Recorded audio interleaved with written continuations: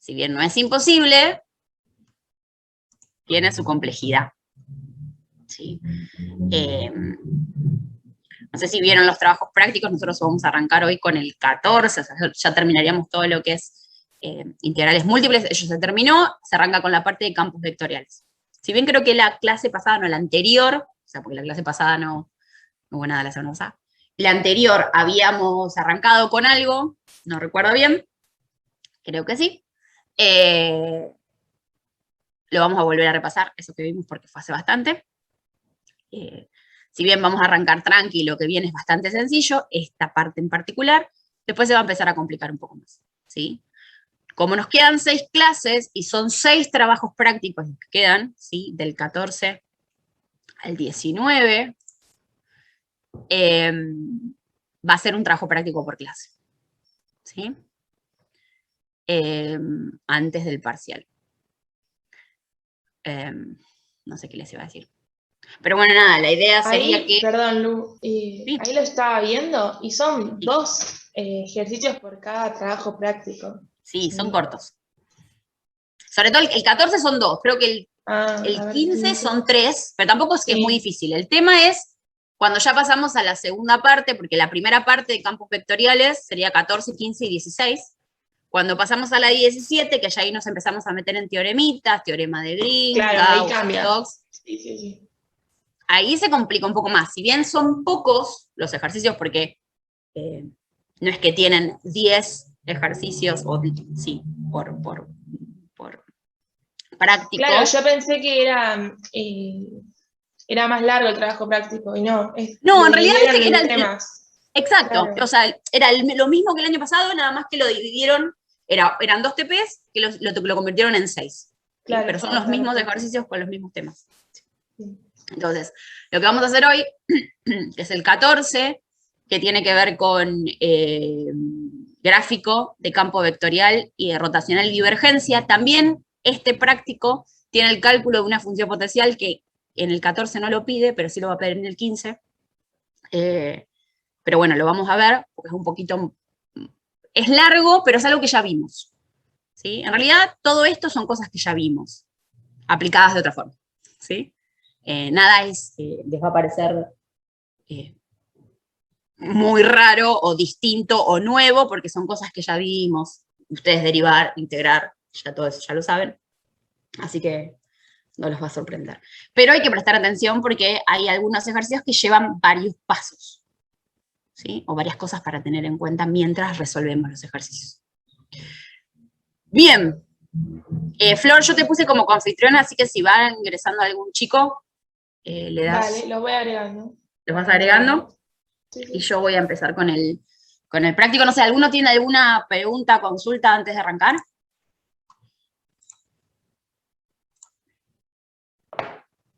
¿No? Bien. Esto Power que vamos a ver es corto, ¿sí? Pero, bueno, nada. Hay que prestar atención. Vamos a ir de a poco igual.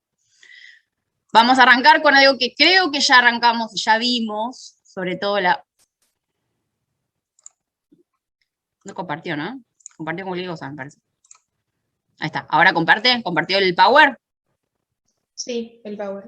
Porque en el anterior no sé, creo que compartía página de internet, no sé qué dice. Bien. Esto creo que ya lo habíamos visto, pero lo vamos a volver a ver, ¿sí? Como para repasar y reforzar, y después vamos a seguir con los otros temas. Bien. Esperen que agarro. Están muy callados hoy. ¿Pasó algo? ¿El frío los tiene mal? ¿No? Bueno, no tienen ganas. Por ahí la que estoy muy charladora soy yo. No tienen ganas de charlar. Bueno. Arranquemos. Campos vectoriales. Vamos a repasar lo que es un campo, ¿sí? Tanto en el plano como en el espacio. Entonces dice, sea D perteneciente a R cubo, ¿sí? De dominio. ¿Sí? Sea un dominio perteneciente a R cubo, un campo vectorial en 3 dimensiones es una función vectorial f que asigna a cada punto p, x y z perteneciente a D, un único vector tridimensional f, en mayúscula, x y z, que pertenece al campo vectorial en 3 dimensiones. ¿sí? Básicamente lo que me está diciendo es que un campo vectorial va a estar compuesto por distintas funciones escalares, ¿sí? Que van a tener componentes en I, en J y en K. En definitiva, un campo vectorial es un vector, ¿sí? Dice, ejemplo, el campo vectorial f de x y z es igual a x, 0, 0, ¿sí? Claramente, si yo miro este campo vectorial, que está puesto en forma de punto, como si fuera un punto, ¿sí? Va a tener componentes solamente en I, ¿sí? Porque estoy definiendo una función escalar solo en I, en J y en K es 0, ¿sí? Entonces, cuando yo trace alguno de esos vectores, ¿sí? Dice, observamos que el campo es siempre un múltiplo escalar del versor I, ¿sí? Porque es la única componente que tiene, ¿sí? Efectivamente, f de x y z va a ser igual a x por 1, 0, 0, ¿sí? Que en definitiva me va a quedar que el campo vectorial es igual a xy. Entonces, se representa mediante flechas paralelas al eje x, con sentido alejándose del plano YZ, de módulo creciente a medida que aumenta x en valor absoluto. Cada vez que yo tenga que representar un campo vectorial, lo voy a representar a través de vectores, ¿sí? En este caso en particular de este ejemplo, lo que me está diciendo que este campo vectorial van a ser vectores, ¿sí? Va a ser un conjunto de vectores que solamente tienen componente en I. Al tener componente en I, solamente componente en I, son paralelos al eje X, ¿sí? Perpendiculares al plano YZ, ¿sí? Este es el plano YZ, ¿sí? Por lo tanto, los vectores van a ser todos perpendiculares a ese plano. Y a medida que me alejo del plano YZ, ¿sí? El vector va a aumentar de tamaño, va a aumentar su módulo. La flecha va a ser más grande, ¿sí? ¿Por qué? Porque depende de los valores que va a tomar X. A medida que me alejo, ¿sí? Tanto para el lado de los X positivos como de los X negativos, ¿sí? Va a ir aumentando en módulo, ¿sí? El vector. ¿Se entiende eso? Sí, profe, se entiende. ¿Se ve? Sí, sí. ¿Sí? Es bastante sencillo, ¿sí? En este caso, como tiene solamente componente en X, con Y, ¿sí? Solamente voy a graficarlos paralelos al eje X, ¿sí? Perpendiculares al plano YZ. Y un campo vectorial va a ser un conjunto de vectores, claramente, ¿sí? Todo esto es el campo vectorial XY. ¿Sí? ¿Seguimos? Dice, ejercicio 1A, este es de la práctica, trabajo práctico número 14. Dice, realizar la descripción gráfica del campo vectorial F, y el campo vectorial es el siguiente, ¿sí? Este es uno en el plano, ¿sí? XY es igual a menos I menos I en I, más X en J.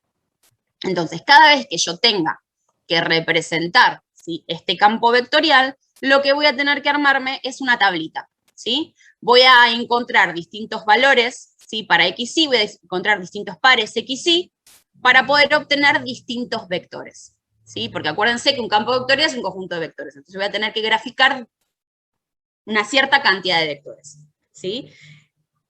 Los pares que yo elija son los que yo quiera, ¿sí? Yo puedo elegir los puntos que a mí se me ocurran, ¿sí? Los voy a reemplazar en el campo vectorial y voy a obtener distintos vectores. Siempre hay que tener en cuenta que cada punto que se asocia a un vector, ¿sí? Es el punto inicial, ¿sí? A partir del punto voy a trazar al vector, ¿sí? Y ese conjunto de vectores recibe el nombre de campo vectorial. Por lo tanto, yo voy a tener el plano X, en el plano XY, ¿sí? Voy a ubicar el punto, por ejemplo, el primero es el punto 0, 1. 0 en X, 1 en Y, me paro acá. Reemplazo en el campo vectorial, ¿sí? Cuando X vale 0 y Y vale 1, el vector va a ser menos 1 en Y más 0 en J. Entonces, a partir del punto 0, 1, me voy a mover un lugar para el lado de las X negativas, o sea, para la izquierda, ¿sí? Y me voy a quedar ahí porque tengo 0 en J, ¿sí? Trazo el vector. Ahora estoy en el punto menos 1, 1, ¿sí? Voy al campo vectorial, reemplazo el punto y obtengo el vector menos 1 en Y, menos 1 en J. O sea que me voy a mover un lugar para el lado de las y negativas y un lugar de las x negativas, ¿sí? Y un lugar para el lado de las y negativas, ¿sí? Me muevo un lugar para la izquierda y uno para abajo, ¿sí? Menos 1 en y, menos 1 en j. Y trazo el vector.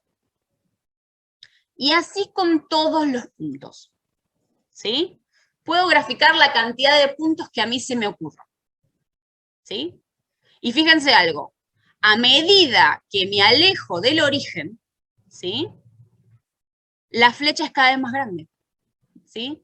A medida que me alejo del origen va creciendo en módulo, ¿sí? ¿Ven que cada vez es un poquito más grande? ¿Sí? El largo de la flecha del módulo, ¿sí? Del vector va aumentando.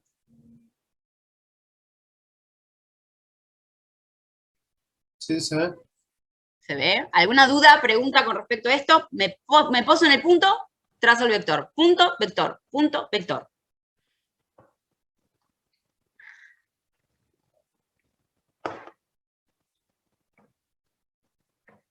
Dice, sigamos con ese ejemplo, ¿sí? Dice, evaluemos el campo en algunos puntos del plano. Y acá nos dan los puntos y vamos a obtener distintos vectores que son los mismos que encontramos y pusimos en la tablita. Dice, estos vectores tienen módulo 1 y los puntos donde se aplican están a una unidad de distancia del origen. El módulo de f, ¿sí? El campo vectorial para cualquier punto x, y, es la raíz cuadrada de menos y al cuadrado más x al cuadrado, que es igual al módulo de r, donde r denota el vector posición del punto de coordenadas x, y. Esto significa que para todos los puntos sobre una circunferencia dada centrada en el origen, el campo tiene el mismo módulo. A medida que aumenta el radio de la circunferencia, el módulo del campo va aumentando, va a ser mayor, ¿sí? Esto va a ser sería como la representación general del campo vectorial que hicimos del ejercicio anterior. Nosotros nos habíamos centrado en ciertos puntos y habíamos trazado ciertos vectores. Pero esto sería como la visión general, ¿sí? A medida que me voy alejando del origen, ven que la flechita va aumentando de tamaño, ¿sí? Porque el módulo va aumentando, ¿sí? Y si yo veo el conjunto, lo que voy a ver son distintas circunferencias, que van a ser todas circunferencias que a medida que me alejo del centro van a aumentar de radio. ¿Sí? Si yo lo anterior sigo, no sé, sigo poniendo más puntos, sigo teniendo más vectores, voy a ver muchísimo más claro estas circunferencias que vemos acá como más generales. ¿Sí? Que no quiere decir que ustedes tengan que graficar todos los vectores. ¿Sí? Aunque grafiquen algunos, se pueda ver ese comportamiento. En este caso, si yo vuelvo para atrás, parecieran que fueran como espirales, ven como haciendo como ciertas espirales que a medida que me alejo van aumentando el tamaño. Bueno, son distintas circunferencias, que a medida que me alejo van aumentando de radio. ¿Se entiende esto, chicos? ¿Lo ven? Sí, profe, se entiende. ¿Sí? Esto es súper sencillo. La verdad que graficar en el plano y en el espacio también. Por ahí en el espacio se complica un poquito más porque voy a tener Z, pero después es exactamente lo mismo. Ahora lo vamos a ver eso. Ejercicio 1E también, de la práctica. Dice, realizar la descripción gráfica del campo vectorial, y ahora sí tengo uno en el espacio. ¿Sí? F de x y z es igual a menos x en y, menos y en j, menos z en k. Y voy a realizar exactamente lo mismo. Voy a agarrar distintos puntos, ¿sí? Que voy a reemplazar en el campo vectorial para obtener distintos vectores. Entonces, en este caso voy a tener z, x e y, ¿sí? Voy a estar en el punto 0, 0, 2. O sea, 0 en x, 0 en y, 2 en z, acá. Este es el punto, 0, 0, 2. ¿Sí? Reemplazo en el campo vectorial y voy a tener el vector menos 2 en k. ¿Sí? Me voy a mover 2 lugares para el lado de la z negativo, menos 2 en k. ¿Sí? Lo mismo voy a hacer para 0, 2, 0. ¿Sí? Acá, 2 en y. Reemplazo en el campo vectorial y obtengo el vector menos 2 en j, que es este que tengo acá. Lo mismo para el punto 2, 0, 0. 2 en x. Reemplazo en el campo vectorial, menos 2 en y. Ahora agarro otro punto cualquiera. El punto, por ejemplo, 3, 3, 3. ¿Sí? Voy a estar 3 en x, 3 en y, y voy 3 para arriba, 3 en z.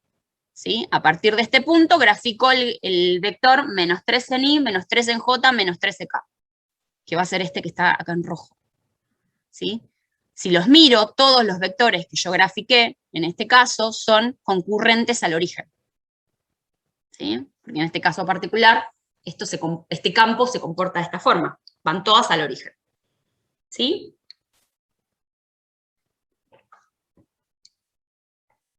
Pero siempre me poso en el punto, ¿sí? Y gráfico el vector. O sea, punto, reemplazo en el campo vectorial, obtengo vector, gráfico. Punto, reemplazo en el campo vectorial, obtengo vector, gráfico. Siempre de la misma forma. Punto inicial, el punto, ¿sí? Para poder graficar los vectores. ¿Alguna duda, pregunta? Esto ya lo habíamos visto, pero bueno, como un repasito, porque pasaron 2 semanas. Por ahí alguno que no estuvo o no se acuerda, está bueno para que refresquemos.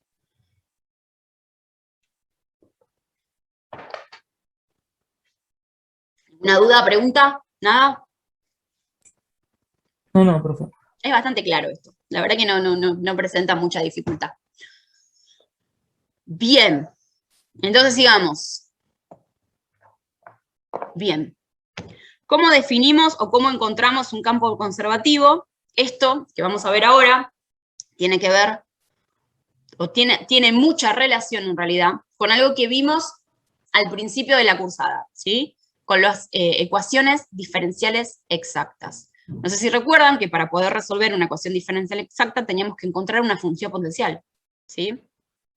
Una U, donde teníamos que agarrar una de las partes de la ecuación diferencial, derivarla, integrarla.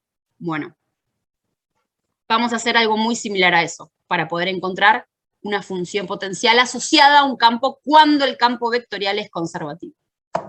Entonces dice, dada una función escalar f de x y z, se definió el vector gradiente como, gradiente, esto también ya lo vimos, ¿sí? En el trabajo práctico 8, cuando vimos derivadas direccionales, ¿sí? El gradiente de una función es la derivada parcial de esa función con respecto a x en y, más la derivada parcial de esa función con respecto a y en j, más la derivada parcial de esa función con respecto a z en k, ¿sí?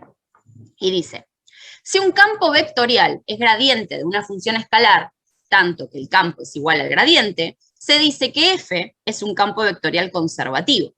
Y f de x y z se llama función potencial de f, y sus superficies o curvas de nivel se llaman precisamente superficies o curvas equipotenciales, y brindan una representación gráfica alternativa para el campo vectorial. Esto para ahí es un montón de palabras, pero ahora cuando vayamos al cálculo lo vamos a ver un poco mejor, ¿sí? Dice, la representación gráfica de un campo gradiente en el espacio o en el plano puede darse por medio de vectores que son perpendiculares a las superficies o curvas de nivel de la función escalar f de la cual deriva el campo. El sentido de cada vector estará determinado por las direcciones de crecimiento, decrecimiento de la función. ¿Ustedes se acuerdan qué eran las superficies o las curvas de nivel?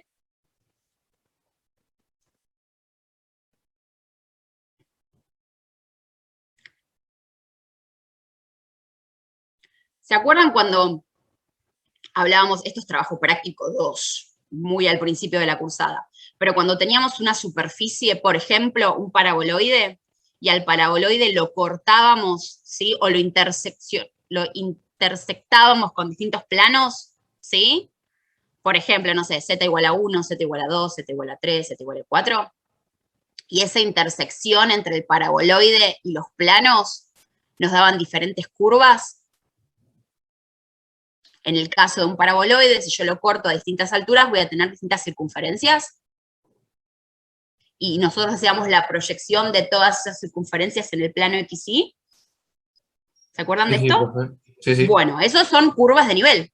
Voy a tener distintas curvas a medida que intersecto a la superficie en distintos puntos, ¿sí? En distintos planos. Z igual a 1, Z igual a 2, Z igual a 4, lo que sea, ¿sí? Las superficies de nivel era cuando yo tenía distintas superficies en el espacio, ¿sí? Y por ejemplo, no sé, teníamos W igual a no sé, x cuadrado, y cuadrado, z cuadrado. Bueno, en ese caso es difícil de graficar, porque no se puede graficar porque tengo todos al cuadrado. Pero, no sé, por ejemplo, tengo distintos conos, ¿sí? Con distintas Ws, ¿sí? Entonces voy a graficar un cono adentro de otro cono, adentro de otro cono, adentro de otro cono. ¿Se acuerdan de eso? Ahí tenemos distintas superficies de nivel. Bueno, lo que me están diciendo acá, ¿sí? Es que el campo gradiente van a ser todos vectores que van a ser perpendiculares, si estoy en el espacio, a las superficies de nivel, y si estoy en el plano, a las curvas de nivel. ¿Sí? Y que el sentido de cada uno de esos vectores me va a indicar si esa función crece o decrece. En este caso, ven que yo tengo distintas circunferencias y tengo un montón de flechitas que son perpendiculares a esas circunferencias. Bueno, todas están apuntando al origen, en este caso. ¿Sí? Esa dirección me está diciendo que la función potencial decrece, va hacia el origen. Si las flechas, horrible decir las flechas, si los vectores estuvieran apuntando hacia afuera, me están indicando que esa función va a crecer. ¿Sí? Esta es la representación gráfica del gradiente. O del campo, un gradiente que está asociado a un campo vectorial. ¿Sí? ¿Me siguen hasta acá? Sí, profe. ¿Vamos bien? ¿Seguro? Bien. Sí, sí. Esto igual ustedes no lo van a tener que graficar. Ustedes lo que van a tener que hacer es encontrar la función potencial. Pero no van a tener que graficar ni campo vectorial, ni el campo gradiente. El campo vectorial sí lo van a graficar como hicimos en el anterior, pero digo, esto, que son estos vectores que son perpendiculares a las curvas de nivel o a las superficies de nivel, no lo van a tener que hacer. Bien, ejemplo. Dice, curvas de nivel de la función. Si yo voy a tener un montón de curvas de nivel asociadas a esta función, ¿sí? Entonces, cuando yo tenga que encontrar el campo gradiente, lo que voy a hacer es derivar cada una de sus componentes, ¿sí? Y agregarles el versor I y J. O sea, que voy a derivar a la función respecto de X y le voy a agregar el versor I, y la voy a derivar a la función respecto de Y y le voy a agregar el versor J. ¿Sí? Entonces, ¿cómo me quedaría el campo gradiente asociado a esta función? Si la tengo que derivar respecto de X a la función.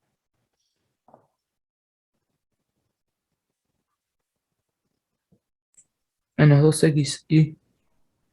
Menos O sea, 2x en Y, perfecto, con el versor I, perfecto. Y la componente en J, ¿cómo me quedaría? Y menos 2y en j versor. Excelente. Perfecto, y ahí encontré el campo gradiente. Derivo a la función respecto de X y le agrego el versor I, y derivo a la función respecto de Y y le agrego el versor J. Cada vez que a mí me pidan encontrar el campo gradiente, ¿sí? Lo que tengo que hacer es derivar respecto de Y y de J. Perdón, de Y y de X y de Y. ¿Sí? Sí, sí. Perfecto. Y si no me lo van a pedir, pero si en algún momento yo tengo que graficar, lo que voy a tener que dar es valores a X e Y, reemplazo y voy a tener distintos vectores que van a ser perpendiculares a esas curvas de nivel. ¿Sí? Porque voy a tener que reemplazar acá, porque lo que yo tengo acá es, en realidad, tengo funciones escalares, ¿sí? Que están asociadas a los distintos versores. Yo voy a tener que reemplazar en los puntos X e Y para poder obtener vectores y poder representarlos. Y generar algo similar a esto. ¿Sí, chicos?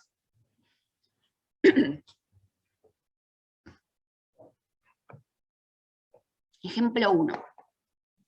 En este ejemplo en particular, ahora lo que vamos a tratar de resolver en este ejemplo, es verificar si este campo es conservativo, ¿sí? Y encontrar la función potencial, ¿sí? Entonces, ¿cómo determino que un campo es conservativo? De esta forma. Primero y principal, determinar cuál es M, cuál es N y cuál es P. ¿Sí? Habíamos dicho que M, N y P eran las funciones escalares, ¿sí?, asociadas al campo. ¿Sí? M siempre es la función que acompaña I, N siempre es la que acompaña al versor J, y P siempre va a ser la que acompaña al versor K. Una vez que identifico cuál es M, cuál es N y cuál es P, voy a determinar si este campo es conservativo. ¿Se acuerdan que habíamos dicho que para que el campo sea conservativo tenía que ser igual al gradiente? ¿Sí? En el caso de una función de 3 variables, lo que voy a tener que realizar es lo siguiente. Voy a ponerlo todo junto, para que entendamos qué es lo que hicimos. Voy a derivar, ¿sí?, a P respecto de I, y esto me tiene que dar lo mismo que derivar a N respecto de Z. P, acuérdense que es la parte que acompaña, o sea, es la función escalar que acompaña a K. Entonces, esta es P. Si yo a esto lo derivo respecto de I, ¿sí?, me va a quedar X, porque derivo solamente esto. Y si yo a N la derivo respecto de Z, ¿sí?, N respecto de Z, también me va a quedar X. ¿Sí? La primera igualdad se cumple. ¿Sí? ¿Me siguen hasta acá? ¿O no? Sí, sí. Vamos de a poco. Vamos a la segunda igualdad. M, la derivada, perdón, de M respecto de Z tiene que ser igual a la de P respecto de X. Entonces, vamos a M. La derivada de M respecto de Z, o sea, solamente voy a derivar el segundo término. La derivada de IZ respecto de Z es I. Voy a P y lo voy a derivar respecto de X, que es esto que acá, tengo acá.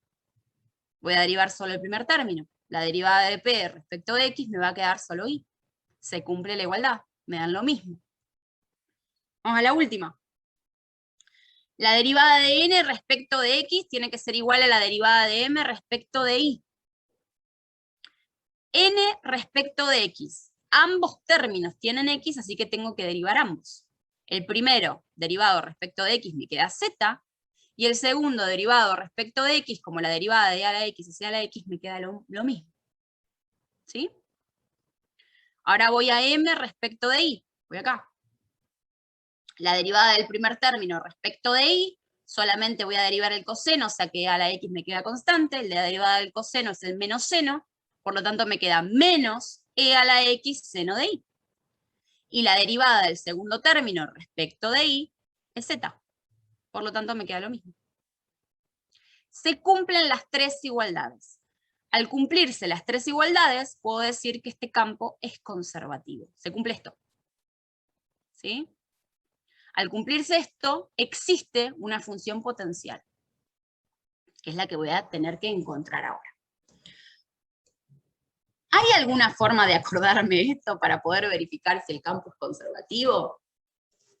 Yo les cuento la forma que yo encontré para acordarme estas igualdades. Ven que P es la función escalar que acompaña al versor K. ¿Sí? Entonces, yo arranco por P y la derivo respecto de I, de la que tiene al lado. Y a N la tengo que derivar respecto de Z. Para la primera igualdad. ¿Lo ven esto? A esta la derivo respecto del que está acá, y a este lo derivo respecto del que está acá. A ver, no quiere decir que acá diga I, acá diga Z, pero, a ver, ¿cómo les puedo explicar?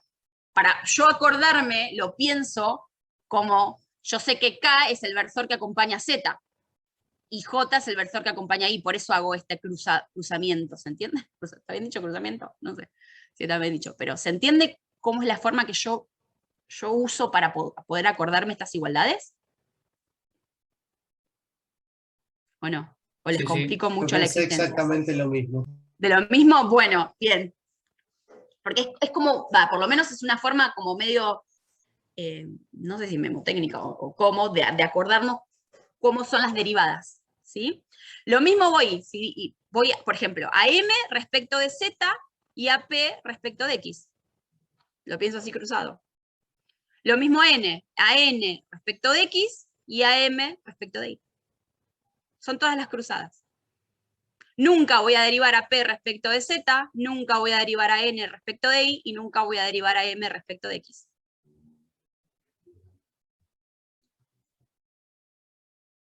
Otra fácil es anotárselas. Pero bueno, no. La idea es que por ahí se las aprendan o las entiendan de alguna otra forma. Pero bueno, esa era la forma que yo uso o usaba para acordármelas. ¿Sí? Cómo eran las derivadas y cómo tenían que ser esas igualdades para poder verificar si el campo era conservativo o no. Sobre todo cuando es un campo de 3 dimensiones, que es un poco más complejo. Si estoy en 2 dimensiones es más fácil. ¿Sí, chicos? ¿Vamos bien? Sí, profe. Bien. Igual siempre les van a hacer encontrar funciones potenciales de campos de tres dimensiones. Por eso usamos este ejemplo. Entonces, una vez que determiné que el campo vectorial es conservativo, voy a tener que encontrar la ecuación, la función potencial. Y acá entra, ¿sí?, la memoria. Porque vamos a tener que resolver esto de la misma forma que resolvíamos una ecuación diferencial de segundo orden, exacto, perdón, de primer orden exacto. ¿Sí? ¿Qué es lo que voy a hacer? Voy a primero plantear estas 3 igualdades. ¿Sí? La función escalar m, ¿sí?, va a ser igual a la derivada parcial de la función potencial, que todavía no sé cuál es, respecto de x. N va a ser igual a la derivada parcial de la función potencial respecto de y P igual a la derivada parcial de la función potencial respecto de z. Yo de estas 3 igualdades voy a partir para poder encontrar la función potencial. Yo puedo arrancar con cualquiera. Consejo, arrancaría en este orden. Primero con esta, porque nos va a ordenar en el proceso, porque ustedes ahora lo van a ver, que es un proceso largo, que tiene varios pasos. Entonces, como consejo, siempre arrancaría con M. Lo que voy a hacer es integrar respecto a M, respecto a X, como estoy con M, voy a integrar respecto a X, y voy a mantener a Y y a Z constantes. Entonces, ¿qué voy a hacer? Voy a integrar ambos miembros. Al poner un integral acá y un integral acá, ¿sí?, la integral de la derivada parcial de la función respecto a X se transforma en la derivada potencial, en la función potencial f, ¿sí? Y M, que es esto, le voy a poner la integral, y como es una integral indefinida, siempre tengo que agregar una constante. Pero en este caso, la constante va a ser una función de las 2 variables que no integré. ¿Me siguen hasta acá o es muy complejo? Son muchos pasos. No es difícil, pero son muchos pasos. ¿Sí? ¿Vamos de vuelta? Agarro M. Y lo voy a igualar a la derivada parcial de f, que todavía no sé cuál es, respecto de x. Integro ambos miembros. Al integrar esto, me va a quedar esta función. Y acá voy a integrar m. M sale del campo vectorial, ¿sí? Esto que habíamos puesto acá. M es e a la x coseno de y más iz. Lo voy a escribir acá. La integral de esto, diferencial de x más, y siempre acuérdense que cuando tengo una integral indefinida, siempre se le agrega una constante. En este caso, la constante va a ser una función de 2 variables. Una función de las 2 variables que me quedaron afuera. ¿Sí? Como estoy integrando respecto de x, esa función va a ser respecto de y y de z. ¿Vamos bien?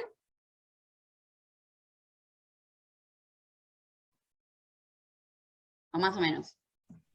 Sí, profe, se va bien. ¿Sí? Si yo hubiera elegido n, por ejemplo, ¿sí?, tengo que integrar respecto de y. Y mi función va a ser respecto de x y de z. Y si yo hubiera elegido p, voy a integrar respecto de z, y mi función quedaba dependiendo de x y de y. ¿Sí? Pero como consejo, otra vez, yo arrancaría siempre por m. Porque les va a ordenar después el proceso que sigue. ¿Sí? Y aparte porque nosotros en nuestra cabeza siempre tenemos el ordenamiento x, y, z. Y va a ser mucho más fácil. ¿Sí? Los va a confundir menos. Entonces, voy a integrar esto. Vuelvo a escribir lo mismo que teníamos en la filmina anterior. Lo voy a integrar respecto de x. ¿Y cómo me quedaría esto integrado respecto de x?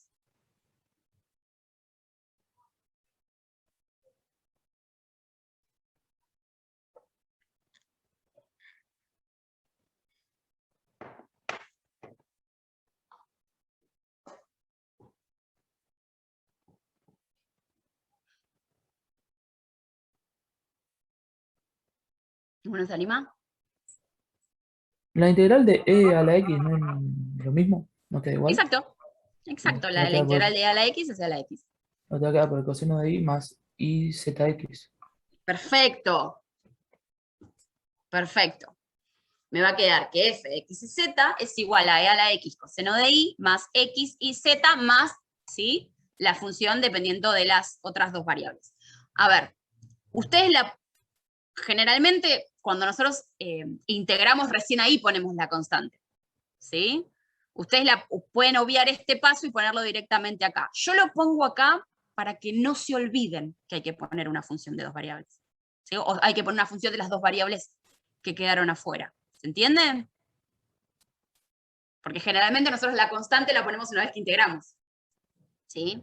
Pero está bueno ponerlo antes para no olvidarnos, que como es una integral indefinida, siempre hay que poner una función constante. ¿Vamos bien hasta acá? Recordando Sí. lo que hicimos en ecuaciones diferenciales exactas, una vez que integramos, ahora tenemos que derivar. Entonces, en orden, si integramos primero respecto de x, ahora vamos a derivar respecto de y.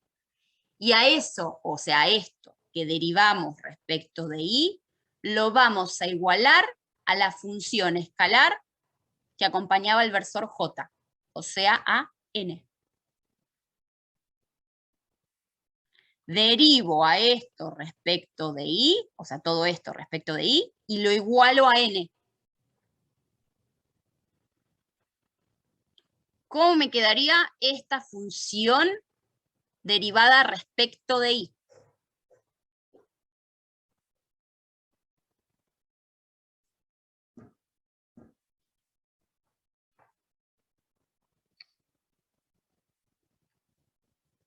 Vamos a empezar por acá. ¿Cuál es la derivada de esto respecto de y? Derivada. Menos seno. Sí, Va a quedar menos seno de y por... por e a la x. Perfecto. El segundo término, derivado respecto de y, xz. xz. Y el tercero, como es una función de iz, yo lo voy a expresar de esta forma. Derivada de la función iz respecto de y. ¿Sí? Derivada parcial. Y lo voy a igualar a n. N sale del campo vectorial. N era xz menos c a la x por seno de y. ¿Vamos bien hasta acá?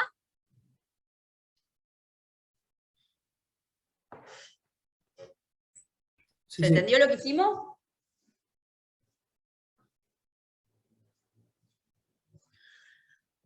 Una vez que igualé a n, veo qué términos puedo cancelar, ¿sí?, para hacer mucho más sencillas las expresiones o la expresión.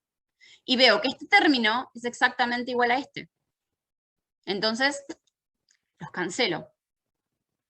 Y me queda que la derivada parcial de la función respecto de y de z, o sea, la derivada parcial de la función iz respecto de y, es igual a 0.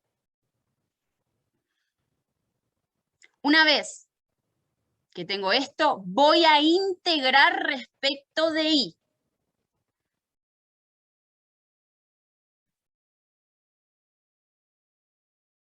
¿Sí?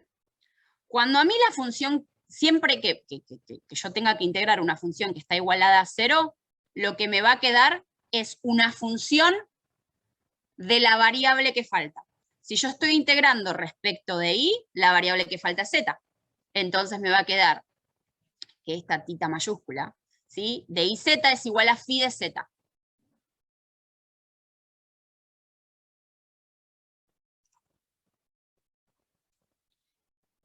¿Qué hubiera pasado si en n hubiera sido esta expresión sumada a, no sé, y? Esto se cancela con esto y me queda la i, no me queda un 0. Me queda la y. Y tengo que integrar respecto de y. ¿Cuál es la integral de y?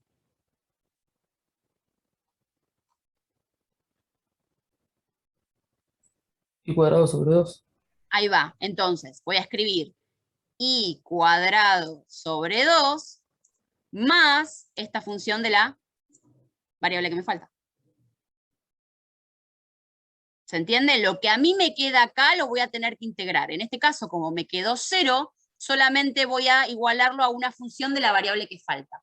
Si me hubiera quedado otra expresión, esa expresión la tengo que integrar y le tengo que sumar una función de la variable que falta.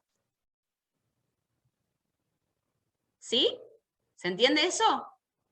No siempre esto le va a dar 0, ¿eh?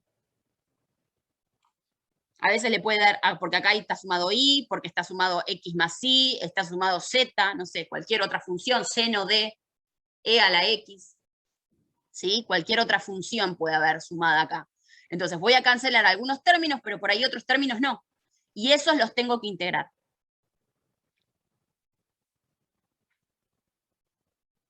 ¿Se entendió eso?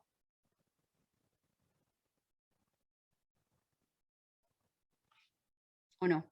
Sí, profe, se entendió. ¿Sí? ¿Se entendió? ¿Todos? Sí. Bien. Entonces, una vez que llegue a esto, ¿sí? Encontré, sería tita de iz, ¿sí? Lo voy a reemplazar en esta expresión. ¿Sí? La que me quedó después de integrar. Porque ahora ya sé cuánto vale tita de iz, mayúscula. Es igual a phi de z. Y reemplazo.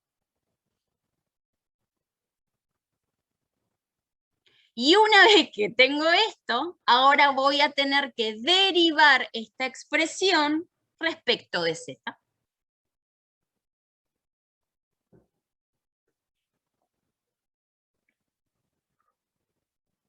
Y la igualo a p. Me olvidé esa parte. Derivo respecto de z e igualo a p. Entonces, repasemos lo que hicimos antes. Yo agarré la expresión que m da igual a la derivada parcial de la función potencial respecto de x. Integro respecto de x y le sumo una función de las dos variables que faltan, o sea, de y de z. Una vez que integro, la derivo respecto de y lo igualo a n. Simplifico, cancelo los términos que puedo e integro respecto de y. Reemplazo, ¿sí?, en esta expresión, que es la que tengo acá, y ahora voy a derivar respecto de z y lo voy a igualar a p, que p era la función escalar que acompañaba el versor k. ¿Me siguen hasta acá?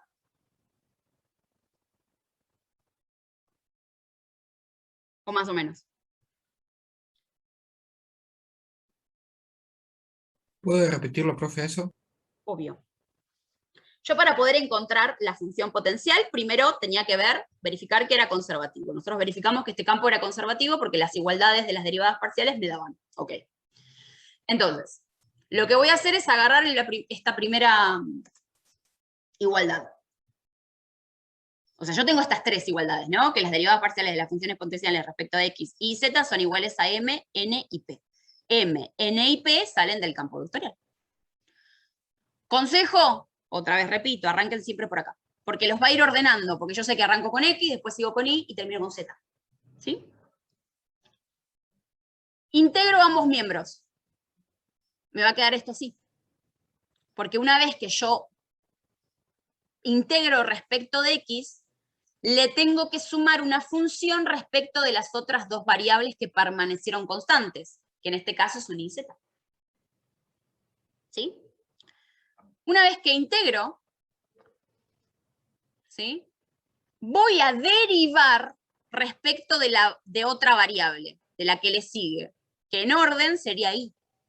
O sea que voy a derivar respecto de y. Y cuando derivo respecto de y, igualo a n. Yo agarré m, lo integro, lo derivo respecto de y lo igualo a n en orden. Y me fijo si puedo cancelar algún término. o algo. En este caso se cancela todo. Y me queda que la derivada parcial de la función respecto de iz, o sea, la derivada parcial de iz respecto de y es igual a 0. ¿Vamos bien hasta acá? Sí, profe. Ahora lo que voy a hacer es integrar respecto de y. Yo integro, derivo y ahora vuelvo a integrar. Pero esta vez integro respecto de y. Y al integrar me queda una función de z, de la variable que falta. Porque estoy integrando respecto de y.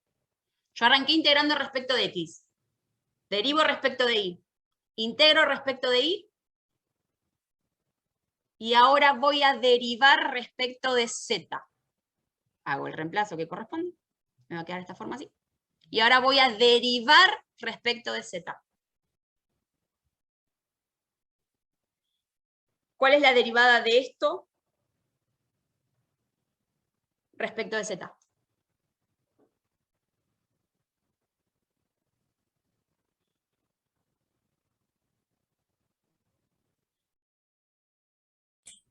XY. Perfecto. XY más phi prima, ¿sí? Porque esto es una función de z. Eso también hay que derivarlo. ¿Sí? Como no sé cuánto vale phi, lo puedo expresar como phi prima. ¿Sí? Sí, ¿Estamos bien también. hasta acá? Y lo igualo a P. Cuando yo derivo, tengo que igualarlo a alguna parte del campo vectorial. En este caso, como estoy derivando respecto de Z, lo tengo que igualar a P. ¿Sí? P era XY más Z. Entonces, voy a cancelar, ¿sí?, lo que pueda, ¿sí?, o simplificar lo que pueda, y me queda que phi' es igual a Z. Y ahora sí, por último, voy a integrar respecto de Z. ¿Y cómo me queda la integral de Z respecto de Z? Z² sobre 2. Bien. Y como son integrales indefinidas, ¿qué faltaría ahí? Z² Una sobre 2, constante. perfecto. Una constante. Muy bien. Acuérdense que lo que estoy integrando en realidad son los dos términos, ¿sí? Entonces, si a phi' la integro, me queda phi.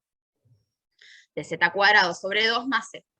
Y esto es lo que voy a reemplazar en lo que teníamos en la fórmula anterior, que era esto.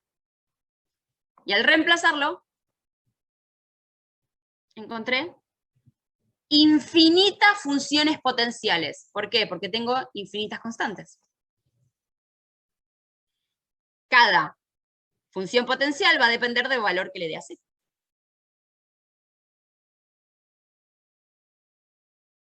Y ahí terminó el ejercicio.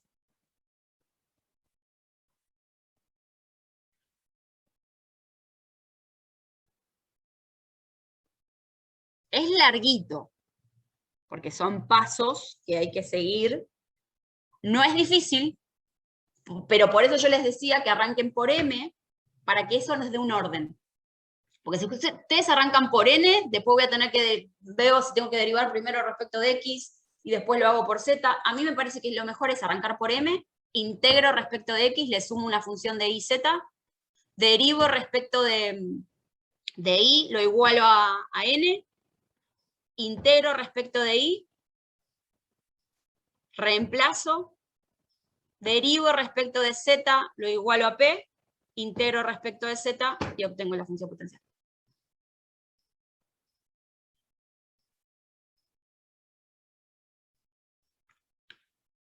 Es cuestión de, nada, de armarnos la estructura y comprender cuáles son los pasos a seguir. Difícil no es porque integral y derivar saben, ¿sí? Por ahí lo que hay que ir haciéndose como los pasos. ¿Qué tengo que hacer primero? ¿Qué tengo que hacer segundo? ¿Qué tengo que hacer tercero? ¿Sí?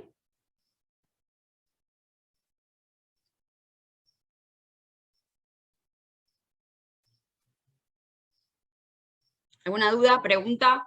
¿Algo que no haya quedado claro que quieran que volvamos a ver? En mi caso quedó bien claro. ¿Sí? Genial. ¿El resto? A mí también. Bien. Es cuestión de que, nada, cuando los hagan, es práctica, como toda matemática, ¿no? Una vez que uno se sienta y empieza con el lápiz a ejercitarlo y verlo y escribirlo, va saliendo. Ahora es como muy general y lo están viendo, y yo hablo un montón encima, ¿sí? Pero es cuestión de cuando uno lo vaya haciendo el ejercicio. ¿Sí? No es difícil, es larguito. Y hay que tener un montón de cosas en cuenta, pero difícil no es. Bien.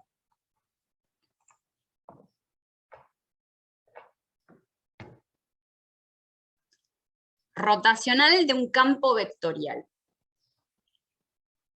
¿Qué es el rotacional y cómo lo calculamos? Dice, sea f de x y z un campo vectorial dado por m de x y z en i más n de x y z en j más p de x y z en k, donde m, n y p tienen derivadas parciales en alguna región. ¿Sí? El rotacional de f, x y z es la función vectorial dada por el producto vectorial entre nabla y el campo vectorial. Para poder encontrar la expresión para calcular el rotacional o el rotor del campo vectorial, yo voy a utilizar un determinante. ¿Sí? Voy a poner i, j y k, voy a poner nabla arriba, o sea, la derivada parcial respecto de x, respecto de y, respecto de z, y voy a poner las componentes del campo vectorial, que es m, n y p. ¿Sí? Entonces, de esto va a resultar esta expresión que yo tengo acá. Es medio complejo que ustedes se acuerden esto para calcular el rotacional. Por eso les pusimos el determinante, porque es más fácil de sacar. Yo sé que para encontrar la componente en i, yo anulo fila, anulo columna. Entonces me va a quedar un determinante de 2 por 2. La derivada parcial de p con respecto a i, menos la derivada parcial de n con respecto a z. Y para sacar en j, anulo fila, anulo columna. La derivada parcial de p con respecto a x, menos la de m con respecto a z. Pero hay que tener algo en cuenta. Por definición, j es negativa. Entonces me va a cambiar el signo de esa resta. O sea, pasaría la derivada parcial de p con respecto a x negativa y la de m con respecto a z positiva. Por eso la puse en este orden. ¿Sí? Por la naturaleza del versor j. ¿Me siguen hasta acá? ¿O no? Sí, profe. Ahora sí. ¿Sí? Bien, porque si no sería de p respecto de x menos la de m respecto de z, y está al revés, ven acá, la de m respecto de z menos la de p respecto de x. Pero esto tiene que ver con la naturaleza del versor j, que es negativo. Y por último, para poder sacar la componente en k, anulo fila, anulo columna, la derivada parcial de n respecto de x menos la de m respecto de y. Y lo pongo acá.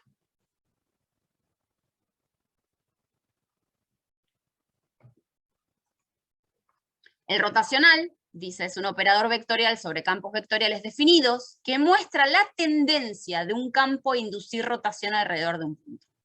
¿Sí? Los campos vectoriales son la representación de un montón de otras cosas. Pueden ser del comportamiento de un fluido, de un campo magnético, de un campo eléctrico. ¿Sí? Entonces, el rotacional va a ser un operador que me va a decir si alrededor de un punto, ¿sí?, ese fluido, ¿sí?, rota o no. Y como es una función vectorial, lo que voy a obtener es un vector. ¿Sí? ¿Vamos bien hasta acá? Sí, profe. Bien. Y por último, vamos a calcular la divergencia de un campo vectorial. Esto es lo mismo que el anterior, sea F un campo vectorial que va a estar compuesto por M, N y P en I, J y K. La divergencia de este campo es una función escalar, o sea, me va a dar un número. No es como el rotacional que era un vector. Esto es un número, ¿sí? Una función escalar. Y va a estar dada por el producto escalar entre nabla y el campo vectorial. Por lo tanto, para poder calcular la divergencia, voy a derivar parcialmente a m respecto de x, a n respecto de y, a p respecto de z y lo voy a sumar. ¿Qué me dice la divergencia? ¿Sí? La divergencia va a medir la cantidad de fluido que entra o sale de un punto, básicamente. ¿Sí?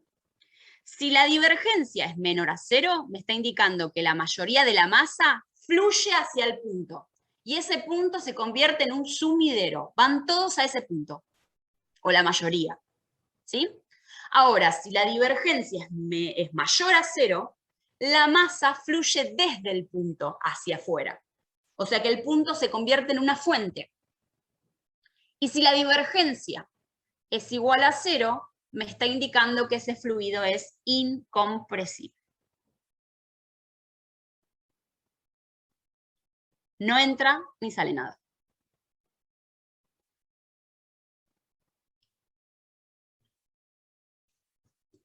¿Vamos bien hasta acá?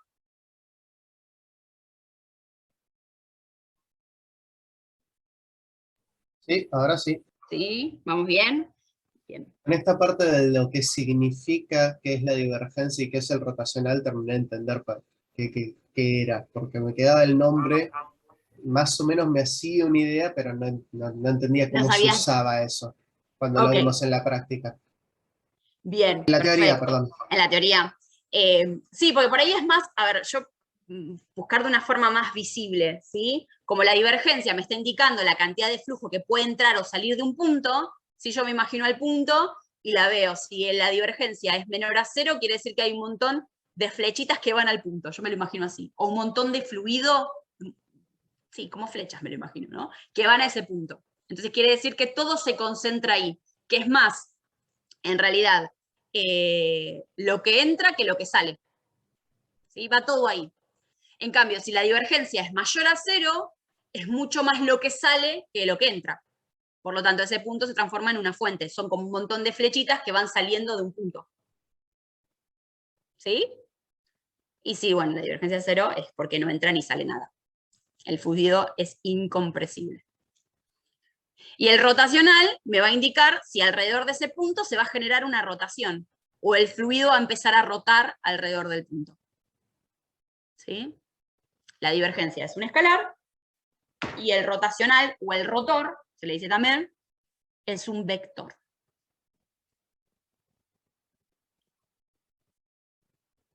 ¿Cómo interpretaríamos el valor del vector en el rotacional? Ay, perdón, no te escuché la primera parte. ¿Cómo me dijiste? ¿Cómo interpretaríamos el valor de ese vector? O sea, Hay ¿cuál es que ese vector? graficarlo. ¿Sí? Vos tenés que ver, por ejemplo, vieron, bueno, tendría que volver muy atrás, pero o sea, vieron que nosotros cuando teníamos, cuando estábamos graficando el campo vectorial, teníamos en el primer caso circunferencias, entonces cuando iba Sí, graficando los vectores, iban como haciendo una rotación. sí, Bueno, nosotros agarramos puntos muy concretos, ¿sí? 1, 0, 2, 3. Pero si yo estudio alrededor de un punto 1, 1, por ejemplo, y agarro el 1,1, 1,2, ¿se entiende? Me voy como acercando al punto o estoy en esa zona, tengo que ver cómo se comportan los vectores, ¿sí? Interpreto alrededor, porque el rotacional me va a dar un vector, pero yo lo voy a tener que calcular para un punto en particular. Bueno, ahora lo vamos a ver en un ejercicio y lo podemos ver como, y perfecto. podemos charlarlo cómo se interpreta eso, ¿sí? Porque está medio así en el aire, pero ahora lo charlamos, porque por ahí si lo vemos con un valor determinado, yo te puedo decir, bueno, alrededor de ese punto es como se va a comportar el fluido, o va a rotar o no, ¿sí? ¿Se entiende? Sí, sí, sí. Bien, ahora lo vemos. Entonces, vamos a ver con un ejemplo. ¿Sí? El ejemplo me dice que es exacta, son ejemplos muy parecidos a los que están en la práctica. ¿Sí? Dice, encontrar el rotacional y la divergencia para, y me dan el campo. Y me dicen el punto, ¿ven? Acá sí me lo dicen el punto. Entonces tengo que ver cómo se comporta alrededor de este punto. ¿Sí? Entonces, primero vamos a determinar el rotacional. Y acuérdense que para poder determinar el rotacional teníamos, bueno, que ver cuál era la parte del campo, que era M, N y P, porque era lo que tenía que derivar para poder encontrar el rotacional. ¿Sí? Yo utilizo esta expresión para encontrar el rotacional de la función, del campo vectorial, perdón. Entonces, vamos a arrancar con la componente en I.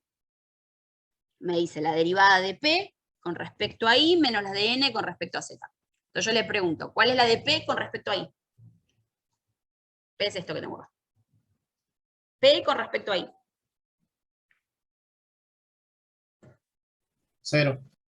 0. ¿Y la de N con respecto a Z? 2xz. Muy bien.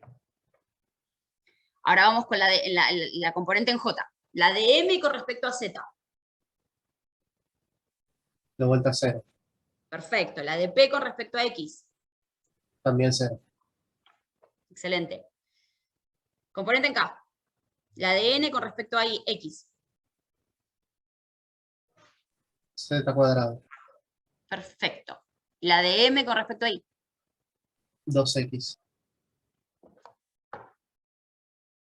Como me están preguntando, ven, bueno, pasado limpio me quedaría de esta forma. ¿Sí? Me queda menos 2xz en Y, 0 en J, más z cuadrado menos 2x en K. Pero me están pidiendo que encontráramos el rotacional en el punto 2, 1, 1.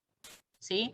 Reemplazando las componentes en X y Z, ¿sí? Reemplazo, me va a quedar menos 2 por 2 por menos 2 por 2 por 1 en Y, 0 en J, 1 al cuadrado menos 2 por 2 en K. Me va a quedar de esta forma. Perdón. A esto me ahogué. Bien, entonces lo que yo obtengo es un vector que no tiene componente en Y, y lo que me va a indicar es cómo se va a comportar alrededor de este punto. ¿Qué quiere decir? Que si yo quiero ver cómo se comporta, voy a graficarlo a partir de este punto, este vector. ¿Se entiende? ¿Vieron cómo graficábamos al principio? Que poníamos el punto, reemplazábamos en el campo vectorial y obteníamos un vector y lo graficábamos a partir de ese punto. Sí. Bien, voy a hacer lo mismo para... No, esto no, a ver, no se les van a pedir que lo hagan ustedes, si es para interpretar. A partir del punto 2, 1, 1, yo voy a graficar este vector. ¿Sí? Y por ejemplo, voy a ir a un punto cercano a este, ¿sí? Y voy a hacer el mismo cálculo, porque este es el rotacional alrededor de este campo vectorial, ¿sí? En este punto en particular, este es el vector que me da, pero en otro punto va a ser otro. Entonces voy a ir graficando los distintos vectores alrededor de, o en otros puntos cercanos a este, y voy a ver cómo se comporta el fluido. ¿Sí o no? Para que un fluido rote, el vector no tiene que ser nulo. En este caso no es nulo. Para que sea nulo me tiene que dar 0, 0, 0. Entonces yo ya sé que este fluido en este campo vectorial va a rotar. ¿Cómo va a rotar? Y lo tengo que graficar para ver cómo rota.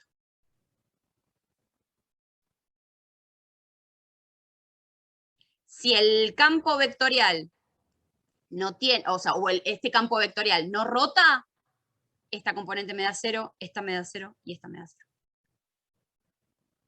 Nula. No tengo vector. No rota. Este rota. ¿Y cómo rota? Y para ver cómo rota lo tendré que graficar. A partir de este punto y de puntos cercanos a este. Voy a obtener distintos vectores.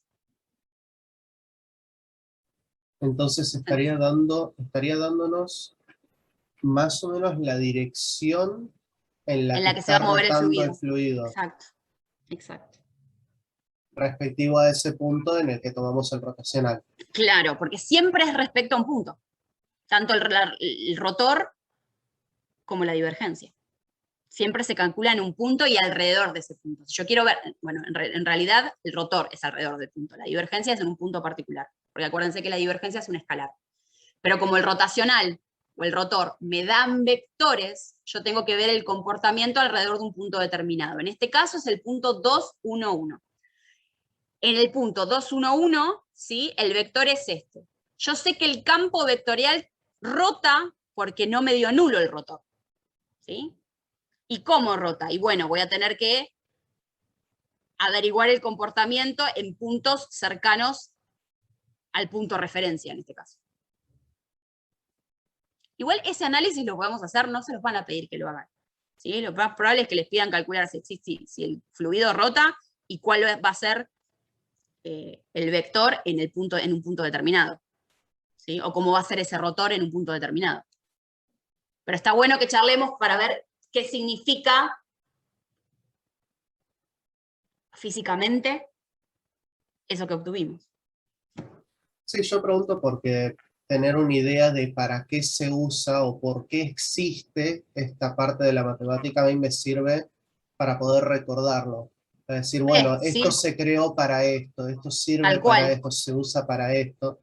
Entonces, Esto darme se una utiliza, idea me sirve para hacer ese trabajo yo. Es decir, mira, sí, en esta situación se podría usar esta cosa. sí, re. Todo esto se utiliza muchísimo para ver comportamientos de campos magnéticos, de campos eléctricos. Ustedes son de sistemas. Yo, por ejemplo, esto lo utilizaba mucho en una materia, pues yo soy de química, en una materia que llamaba fenómenos de transporte, y ver cómo se comporta un fluido, ¿sí? Porque después, bueno, en sistemas por ahí eso no lo ven, pero nosotros tenemos distintos fluidos, y no todos los fluidos se le comportan de la misma forma, depende de la densidad, de la viscosidad, y un montón de cosas del comportamiento. Y esto lo utilizamos un montón, ¿sí? Para Claro. predecir cómo se va a comportar un fluido, por ejemplo, en una cañería. Nosotros, Lu, también. ¿Ustedes también? En hidráulica y hidrología también, Claro. pero con el agua directamente. Claro. Igual, o sea, no tanto como vos, esos análisis, pero sí usamos rotacional, usamos, ¿cómo se dice? La divergencia, todo eso sí lo usamos. Sí. Supongo que tiene también, por lo menos, por lo que recuerdo, se utilizaba mucho para ver, tiene que ver con el comportamiento de un fluido por el tema de la resistencia de los materiales, ¿no? Exacto, con la viscosidad del agua, todo eso. Exacto. Sí, Se sí, predicen es todas una esas cosas. materia que se usa. En sistemas, capaz en la parte de Machine Learning, en la parte teórica de Machine Learning, esto se usa o Puede tiene ser. utilidad, porque sé que gradientes se usa muchísimo para la parte de determinar si un resultado es ideal o no y qué tantos corrimientos hay que hacer para hacerlo más ideal. Claro. Pero por eso, bueno, sirve para preguntar ese tipo de cosas de interpretación. No, claro, sí, obvio. ¿Para qué se usa? A mí me sirve mucho para eso. Para decir, bueno, existe por una razón. Esta es la razón posible. Tal cual. No, y aparte porque, qué sé yo, siempre uno lo incorpora más sencillo, más fácil, cuando lo podés llevar a la realidad y decís, bueno, se usa para esto, como vos decís, y no es solamente expresiones matemáticas que quedan ahí como en la nada. Exacto. ¿Sí? Tienen un sentido y tienen una... Por algo se dan, ¿sí? Por algo se dan. Por ahí, lo que me faltaría a mí es ver las incumbencias de sistemas en este caso en particular, porque tendría que por ahí poder, relacionarlo más con la carrera de ustedes, ¿sí?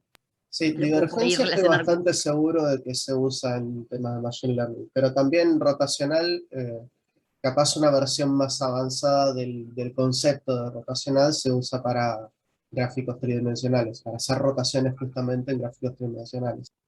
Bien.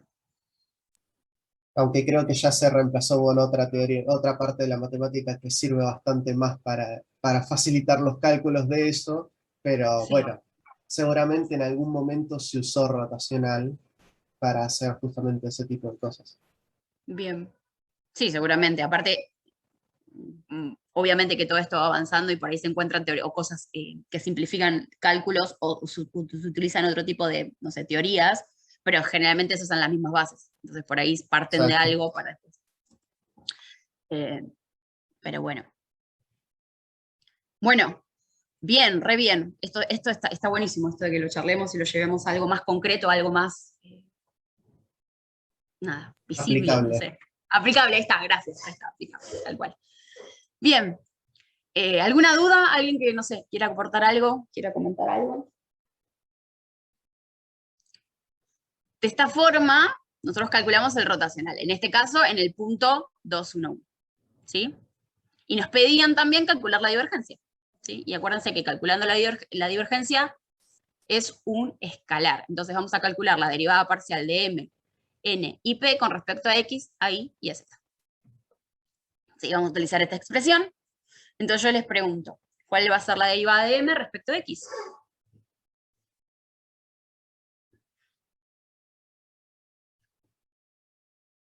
Como que a ver si alguno cosa más. A ver si alguno tiene ganas de participar. Es fácil, derivada solamente. Esta la voy a derivar respecto de x. ¿Qué nos queda?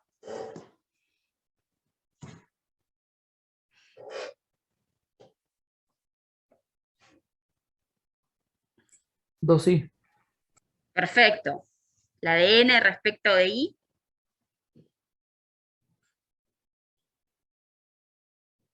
Cero. Perfecto. Y la de p respecto de z. 3. Excelente. Entonces, como a mí me piden calcularla, ¿sí? Me va a quedar esta expresión, 2i más 3, en el punto 2, 1, 1, reemplazo, y me queda que la divergencia de este campo vectorial en el punto 2, 1, 1 es igual a 5. Y como habíamos visto anteriormente, cuando la divergencia era mayor a 0, quiere decir que hay más fluido que sale que el que entra. Por lo tanto, ese punto se transforma en una fuente. ¿Sí? Hay mucho más fluido, mucho más salida que entrada. ¿Sí? Si lo quiero ver de forma de como flechitas, ¿sí? Hay muchas más flechas que apuntan hacia afuera que hacia adentro. ¿Está bien? En realidad está mal dicho flechas, porque en realidad estamos hablando de un escalar, si es un valor. Pero bueno, representando al fluido como flechas, ¿sí? Hay muchas más que apuntan hacia afuera del punto que las que apuntan hacia adentro. ¿Sí? Por eso digo que ese punto se comporta como una fuente. ¿Sí?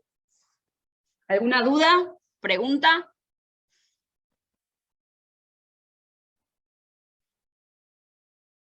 A mí me quedó claro.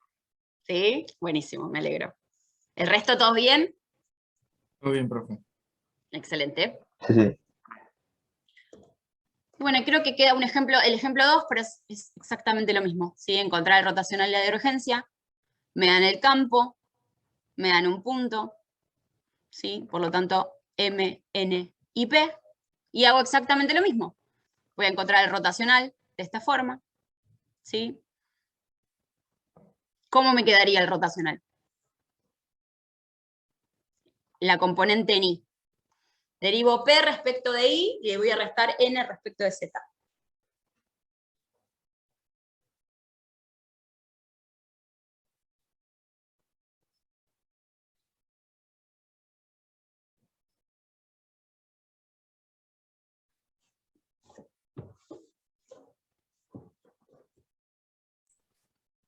Y el primer término te va a quedar 0 menos 0.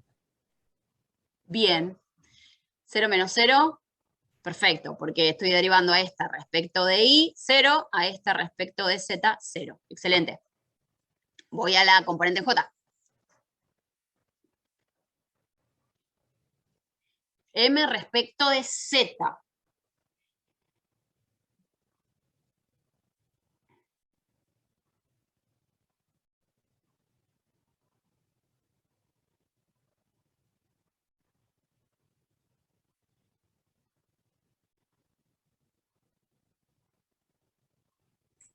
Regla de la cadena. Y por el coseno de IZ puede ser menos 2. Perfecto. Y por el primero, exacto, voy a derivar el seno y después derivo el argumento.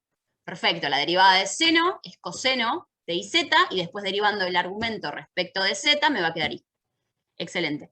Y después el de P respecto de X, ¿me dijiste? 2. 2, perfecto. Muy bien. ¿Y la de N respecto de X menos la de M respecto de Y?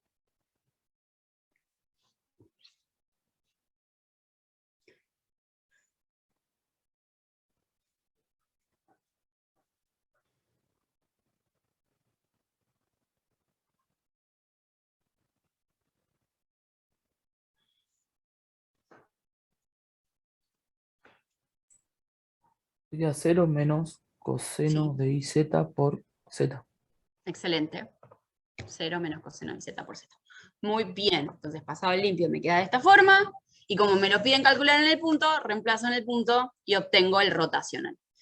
¿Sí? Como el rotacional medio distinto del 0, quiere decir que el fluido va a rotar, ¿sí? Y tengo que ver si quiero, ver cómo se comporta alrededor de este punto, tendría que, bueno, calcular distintos rotacionales con distintos puntos, ¿sí? Cercanos a esos. Muy bien. Y por último, la divergencia. ¿Cómo sería la expresión para encontrar la divergencia? La derivada de m respecto de x, más la de n respecto de y, más la de p respecto de z.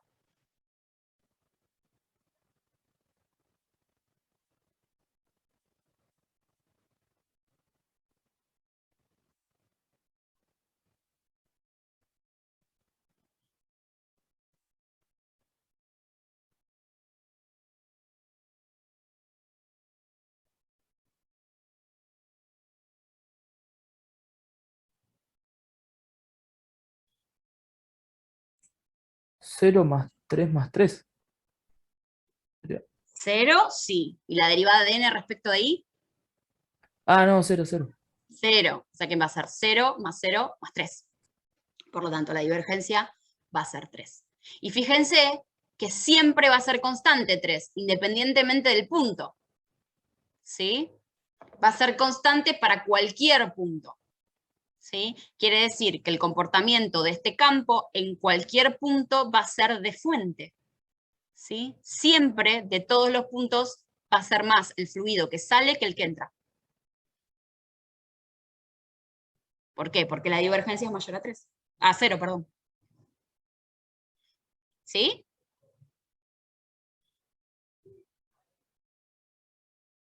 Un comportamiento bastante raro esto. ¿Sí? Independientemente en qué punto yo me pare del fluido, siempre va a haber más fluido que sale que el que entra.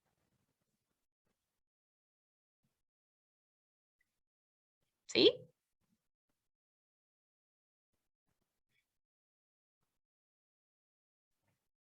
¿Alguna duda, pregunta? ¿Algo que no se haya entendido? ¿Que quieran que repasemos? Por ahí de todo lo que vimos hoy, me parece que lo más complejo es el cálculo de la función potencial. ¿No? Porque esto es relativamente sencillo, ¿no? Es aplicar la ecuación, o sea, ver cómo tengo que calcularlo, y simplemente es derivar y reemplazar los puntos.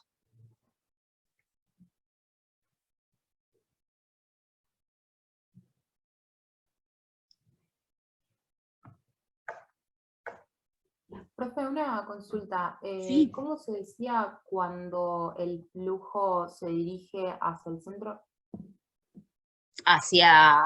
Vos decís, hacia el punto, Sumidero. el sumidero. Ah, sumidero. Gracias. Gracias.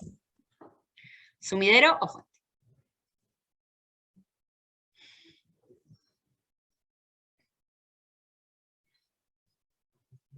Bien. ¿Alguna otra duda? ¿Consulta?